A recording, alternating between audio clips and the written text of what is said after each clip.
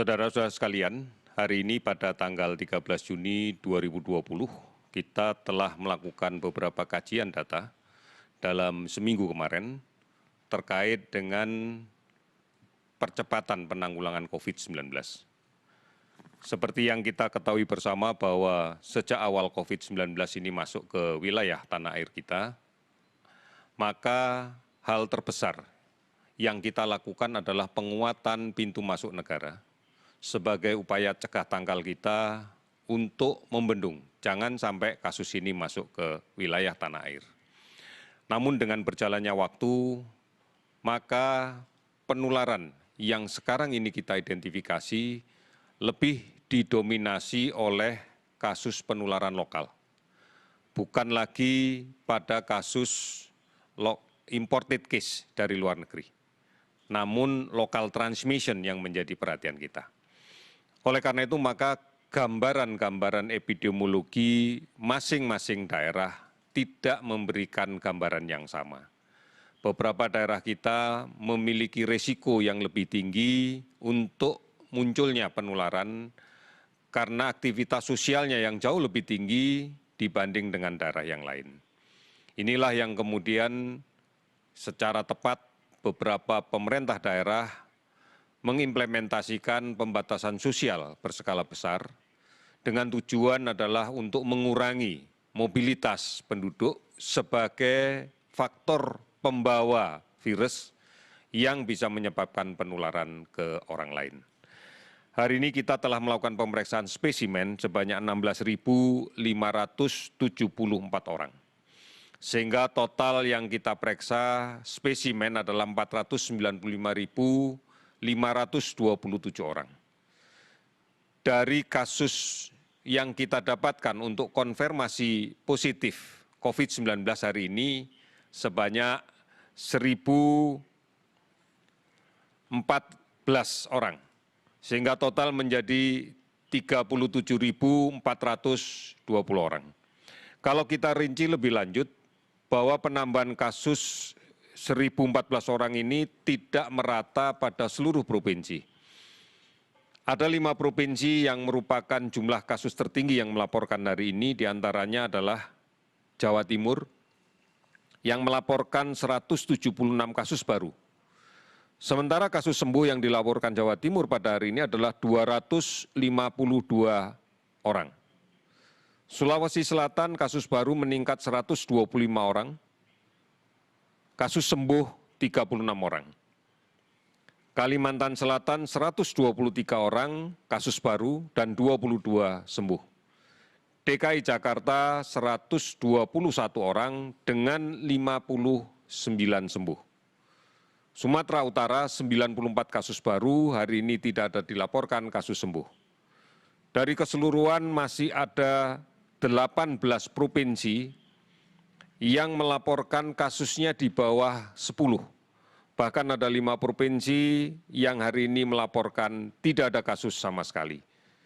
Saudara-saudara, total kasus sembuh yang kita dapatkan pada hari ini adalah 563 sehingga akumulasi seluruhnya menjadi 13.776.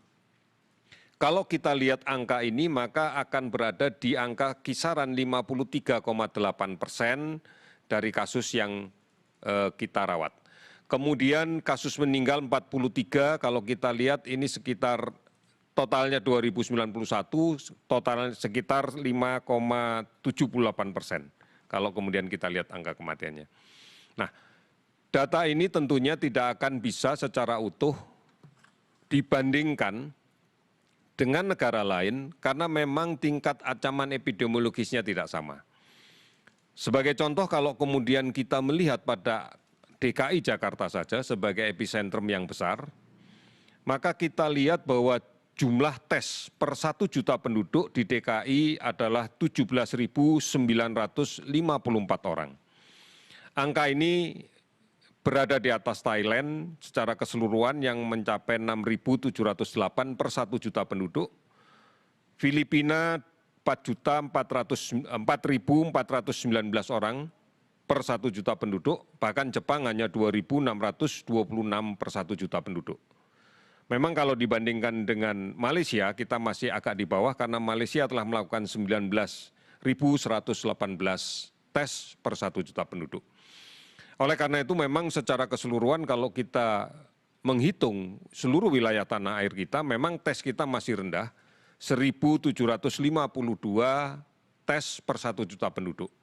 Namun ini bukan merupakan sebuah gambaran yang bisa kita memberikan kesan bahwa keseriusan pemerintah tidak terlihat. Karena kita melihat bahwa tanah air kita terdiri banyak kepulauan, terdiri dari banyak wilayah yang cukup luas, dengan kepadatan dan risiko mobilitas orang yang terkait dengan faktor pembawa penyakit cukup besar, yang sangat berbeda. Oleh karena itu kami sedang mempelajari beberapa hal terkait dengan epicentrum yang lain, seperti Kota Surabaya, kemudian Makassar, termasuk kemudian Kalimantan Selatan, untuk kita hitung kembali berapa yang sudah kita lakukan tes per 1 juta penduduk. Saudara-saudara, ini menjadi faktor pengukur yang lebih objektif kalau kemudian kita mau melihat kinerja secara keseluruhan dari upaya kita bersama dalam menanggulangi COVID-19. Oleh karena itu, kembali lagi, kunci yang utama adalah memutuskan rantai penularan. Ini bisa kita lakukan dan ini yang harus kita lakukan. Menjaga jarak, kemudian menggunakan masker, dan mencuci tangan adalah poin-poin yang harus kita lakukan. Ini adalah kebiasaan baru, inilah kemudian tatanan hidup yang baru yang harus kita lakukan. Karena hanya dengan cara ini saja kita bisa mengendalikan penularan dari satu orang ke orang yang lain. Di samping kita melaksanakan arahan dari Presiden untuk melaksanakan tracing secara agresif dari semua kasus positif. Dari hasil tracing itu kemudian dilakukan pemeriksaan secara masif agar kita bisa mendapatkan kasus yang harus kita isolasi.